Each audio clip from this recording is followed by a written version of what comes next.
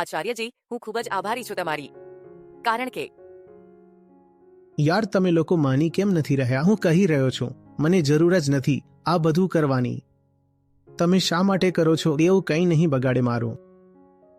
આચાર્યજી, 1 વર્ષ પહેલા જેમ કે હું બિલકુલ અલગ હતી અને હું પોતે ઓળખી શકતી ન હતી એ હું ટેવાયેલી હતી અને તે બધું તમારા કારણે છે, કારણ કે વર્ષ થઈ ગયું હવે જ્યારથી તમારા અને ગીતા સમાજ સાથે સંપર્કમાં છું અને હું ખરેખર અમારી આ બધી વાતો સાંભળીને મને ખરેખર ઉર્જા મળે છે અને તમારો આભાર. હું જો તમારા કોઈ કામમાં આવી રહ્યો છું તો આ મારું સૌભાગ્ય છે. ઓ મતલબ આ આખું વર્ષ મેં દરેક જગ્યાએ આવવાની કોશિશ કરી, ગોવામાં, ગ્રેટર નોઈડામાં, દરેક જગ્યાએ.